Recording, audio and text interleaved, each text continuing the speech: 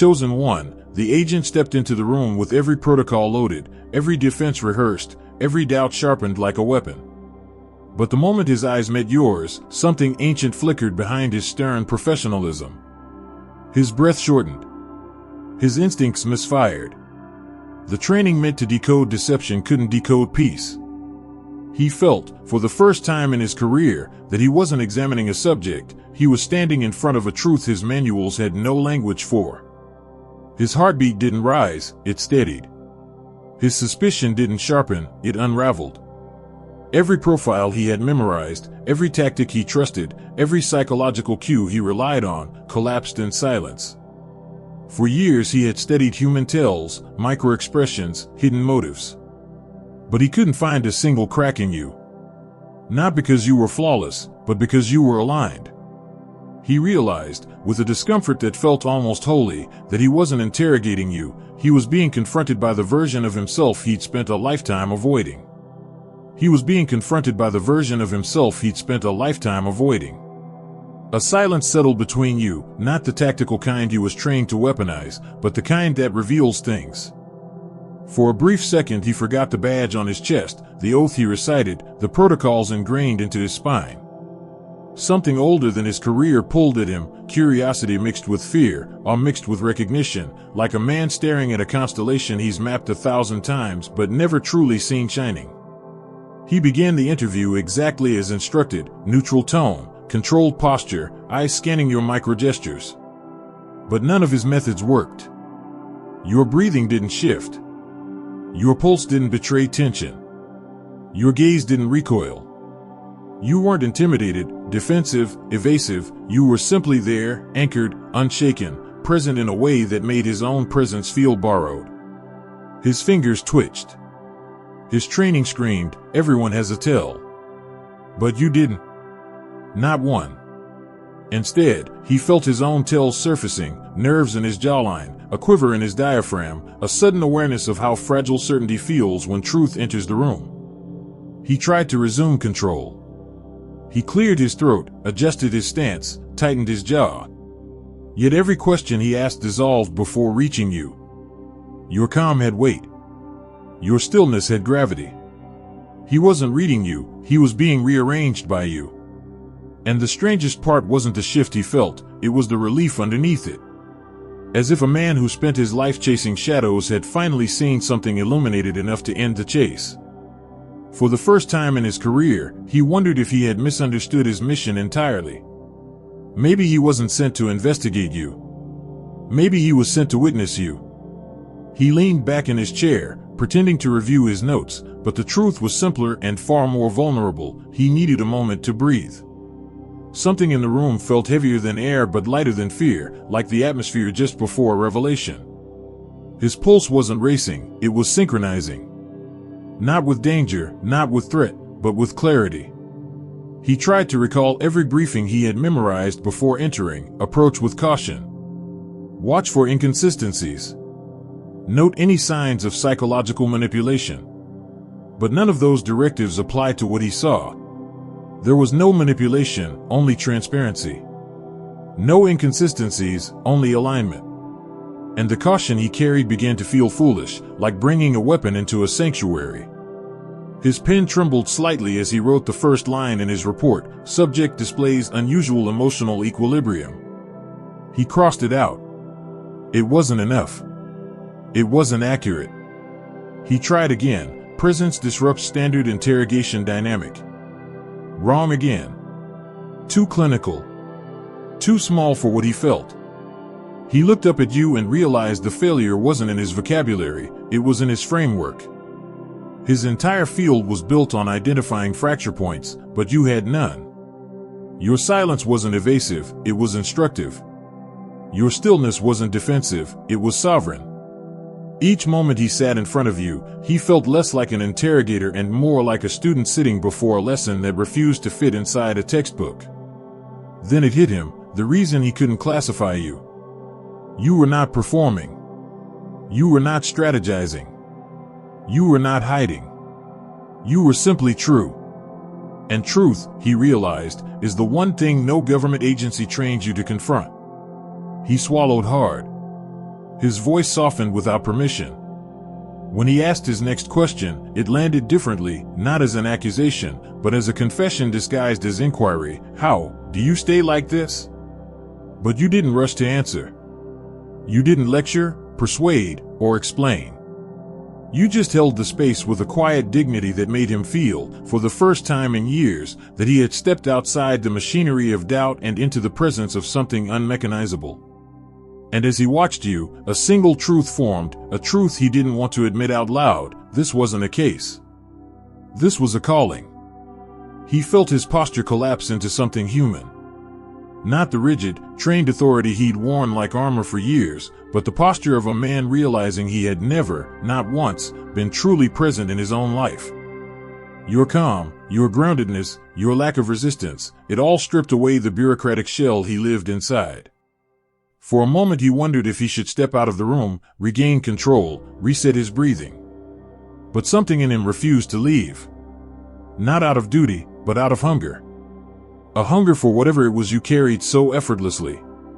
He studied your face, searching for the common psychological cues, microtension, forced neutrality, the faint twitch of rehearsed composure. But there was nothing rehearsed about you. You weren't managing the moment, you were inhabiting it. And that terrified him more than any hostility ever could. His earpiece crackled with a supervisor asking for updates. He didn't respond. How could he? What was he supposed to say? The subject is stable? The subject is dismantling my worldview with their silence? None of it fit protocol. He muted the line. For the first time in his career, he was unmonitored, not because he wanted to break rules, but because the rules suddenly felt irrelevant.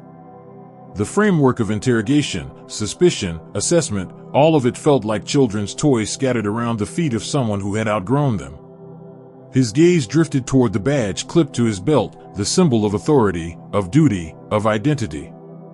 But in that instant, it didn't feel like power. It felt like weight. A weight he had carried so long he forgot it wasn't part of his body. You shifted slightly, not dramatically, not meaningfully, just a normal human movement. And yet it struck him like a message. Not a threat. A reminder. A whisper his soul had been trying to say for decades: you don't have to live inside your training. He blinked, and the room sharpened. Your presence didn't dominate the space, it clarified it. He could think again, but the thoughts were different. Not procedural. Not strategic. Not suspicious. But aware. Awake. He realized he hadn't been assigned to investigate you. He had been invited to meet the part of himself he'd abandoned when he first swore the oath. A quiet warmth moved through him, unsettling but gentle, and he felt something loosen, like a knot he hadn't realized was tied around his life. He whispered to himself, barely audible, "What am I doing?" And for the first time, the question wasn't about the interview. It was about his entire existence as a watcher, a skeptic, a collector of other people's truths. He didn't know it yet, not fully, but the resignation letter had already begun writing itself inside his chest. The fluorescent lights above him began to feel wrong, too sharp, too artificial, too aligned with the machinery he'd dedicated his entire life to. This room, this table, this badge, none of it matched the state he was slipping into. He wasn't losing control, he was regaining something deeper than control, clarity. He steadied his own hands as if they belonged to someone else. Steady. Calm. But not because of training. Because of you. Years of interrogations had conditioned him to hold dominance through posture, tone, and tactical silence. But now, every method he'd ever used felt juvenile. Not useless, but too small for the terrain he had accidentally entered. He looked at you again. And for the first time, he didn't see a subject. He saw a mirror. Not of what he was, but of what he could be. He exhaled slowly, forgetting to hide the tremor in his breath. His voice cracked when he finally spoke, "You're difficult to categorize." But even that was a lie, and it tasted wrong as soon as he said it. Because you weren't difficult to categorize. You were impossible to reduce.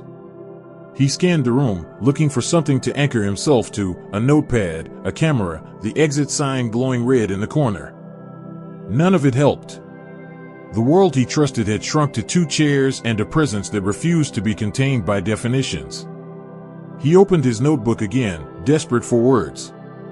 But the blank page mirrored him, a man who had run out of labels to hide behind. You hadn't moved in minutes. And yet you were the only thing in the room that felt alive. He tried to push forward with the scripted questions, the ones he'd used on countless suspects, assets, and anomalies. But when he opened his mouth, the words died on his tongue. They felt invasive, irrelevant, obsolete. Instead, what spilled out was raw and unfiltered, bypassing his training entirely. How do you stay this centered? Your eyes didn't widen. You didn't smirk or raise an eyebrow. You simply existed with the same serene intensity that had been melting his defenses since the moment he entered. He felt a sting behind his eyes, not sadness, not fear, but recognition. The recognition of a man realizing he'd been living decades in surveillance mode and had never once turned that lens inward. A memory surfaced, something he hadn't thought about in years. The day he applied to the bureau. He remembered a younger version of himself, driven not by suspicion but by purpose. By a desire to serve truth. Not manipulate it. Not control it. Not interrogate it. Serve it. When had that version died? He didn't know. But sitting here, across from you, he felt something resurrect. His radio buzzed again. A supervisor demanded an update. This time he didn't mute it. He took the earpiece out entirely and placed it on the table, gently, like laying down a burden. His badge followed. He didn't look at you with fear or confusion anymore. He looked at you with the quiet reverence of a man meeting the crossroads he'd been avoiding for decades. The room felt different now. Not an interrogation chamber. A threshold. And he had no idea how to report that. He sat there in the dim, humming stillness, a man divided cleanly in two. On one side, the agent, armored in protocol, fluent in suspicion, sharpened by years of bureaucratic vigilance. On the other, the human being he had forgotten existed beneath the layers of duty and doctrine. And for the first time, the second one was winning. Your presence wasn't dramatic. It wasn't forceful. It wasn't even intentionally transformative. It was simply true, and the truth, real truth, has a way of unmaking anything built on tension. He rubbed his temples, as if trying to massage old beliefs back into place. But they wouldn't return. Not in this room. Not under this light. Not in front of you. His training manual had a section titled, "When the Subject Gains Psychological Advantage." But there was no chapter for this. This wasn't psychological advantage. This was existential recognition. He cleared his throat, attempting to reassemble his professional mask. "Let's continue," he muttered, reaching for his notebook.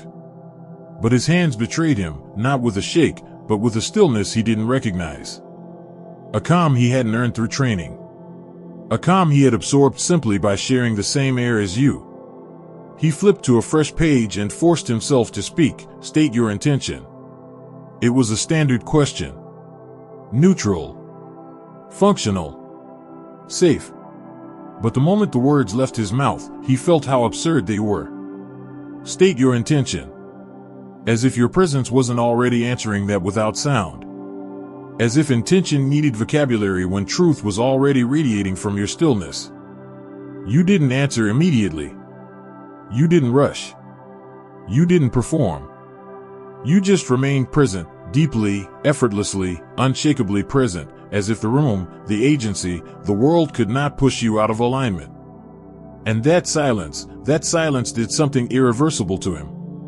He felt something inside his chest loosen, a knot that had lived there for years, maybe decades. A knot made of duty. A knot made of suspicion. A knot made of the belief that he always needed to be the watcher, never the witnessed. He inhaled, expecting tension. Instead, he found release. A strange warmth crept up his back, like sunlight reaching a place that had never been exposed. He closed his eyes for a moment, not to escape, but to feel it fully, the shift, the clarity, the quiet rebellion of his own soul waking up. When he opened them again, he saw the world differently. You were the same. But he wasn't. Something new had settled behind his gaze, not confusion, not awe, but understanding. A quiet, humble understanding that he was sitting in the presence of someone who didn't break rules, someone who made old rules irrelevant. He looked down at his badge on the table. How many years had he hidden behind that thin slab of metal? How many truths had he ignored because the system preferred suspicion over clarity? How much of his humanity had he sacrificed to maintain an image of control? He touched it softly. It felt foreign now, like a relic from a past life he had somehow outgrown without noticing. "Why am I here?" he whispered. It wasn't a question for you. It wasn't a question for the Bureau. It was a question for himself, the kind of man asks only when he is ready to see the ruins of the life he built on unexamined assumptions. You didn't answer, and you didn't have to. Because in the reflective silence between you, he found what he was looking for. He wasn't here to interrogate you. He was here to rediscover himself. He let the question echo in his mind, "Why am I here?" And the weight of it settled into his bones. Not the bureaucratic weight he carried every day, but the kind that shifts a person's entire trajectory. It was the kind of question that doesn't ask for an answer, it demands a transformation. He sat up straighter, not in authority but in honesty. His shoulders dropped. His jaw unclenched. It was subtle, but the room felt it, a ripple moving through the space, a quiet surrender not rooted in defeat but in awakening. He glanced toward the two-way mirror, the invisible audience, the silent overseers. For years he lived for their approval, their evaluations, their notes scribbled in classified files. But right now, he couldn't bring himself to care. Their world felt small from this side of the glass. He turned back to you, and something inside him softened even further.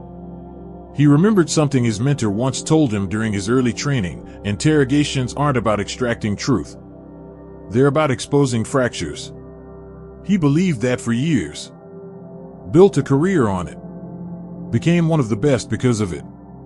But sitting in front of you, he realized something devastatingly beautiful: you had no fractures. None he could detect. None he could exploit.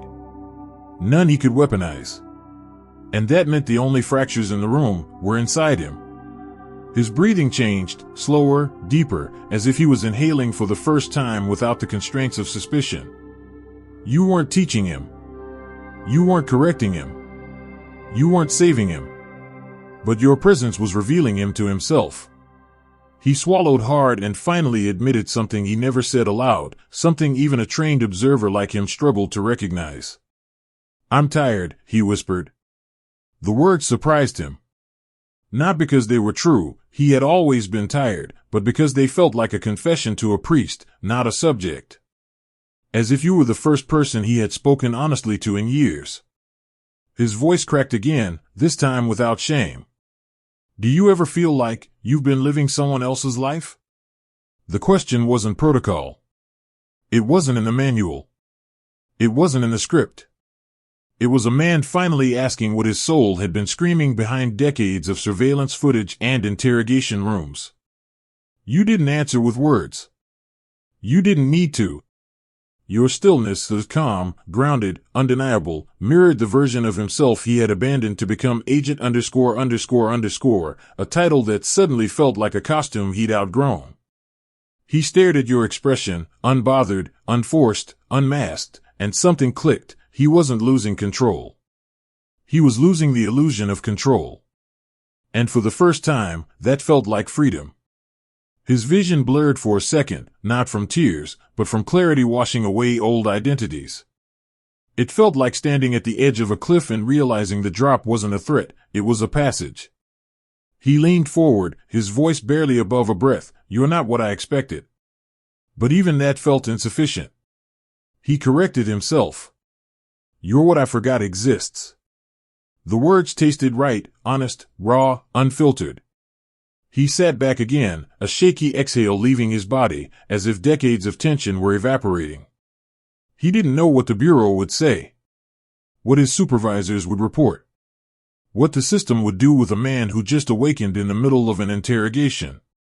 But for once, none of that mattered. Because in this room, in this impossible, quiet vortex of presence, he wasn't the watcher. He wasn't the skeptic. He wasn't the agent. He was simply himself. And for the first time in his entire career, that was enough. The silence between you stretched, but it wasn't empty, it was alive, dense, filled with 1,000 realizations he'd spent years outrunning. Every second in that room peeled away another layer of the identity he'd been conditioned to wear. Agent. Analyst. Watcher. Skeptic. None of them fit anymore. They felt like uniforms 2 sizes too small for the soul growing inside his chest. He blinked slowly, as if adjusting to a light he never knew he was allowed to see. Your presence didn't judge him. Didn't push him. Didn't corner him. It simply revealed him, in ways no interrogation, no psychological test, no classified file ever could. He pressed his fingertips lightly to the table, grounding himself. His pulse steadied again, this time organically, not by training, not by force, but by resonance.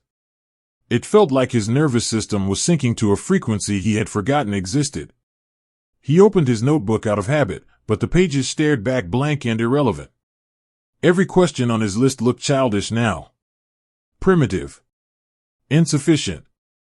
Why does it feel like you're more real than everything else? He murmured. The question wasn't logical, and yet it made perfect sense to him. For years he had navigated a world of half-truths, coded language, and hidden agendas. Reality, for him, was always layered with suspicion. But sitting in front of you, still, calm, undefended, he felt reality in its rawest form. He leaned back again, a hand dragging down his face. He wasn't exhausted, he was awakening. And awakening has its own kind of shock, gentle, disorienting, holy. He remembered agents he'd worked with who retired early, not because of danger but because of disillusionment. He pitied them once, thought they were weak, not built for the psychological pressure. Now he understood the truth, they weren't weak. They simply saw what he was seeing now, that the system was designed to watch people, not understand them. He inhaled sharply. Not out of fear, but clarity. He steadied you again, the way your presence didn't fluctuate, didn't distort, didn't perform. You were consistent in a way most humans weren't. Maybe in a way humans forgot how to be. He rubbed his thumb over the metal edge of his badge on the table. It felt colder now, not physically, but symbolically.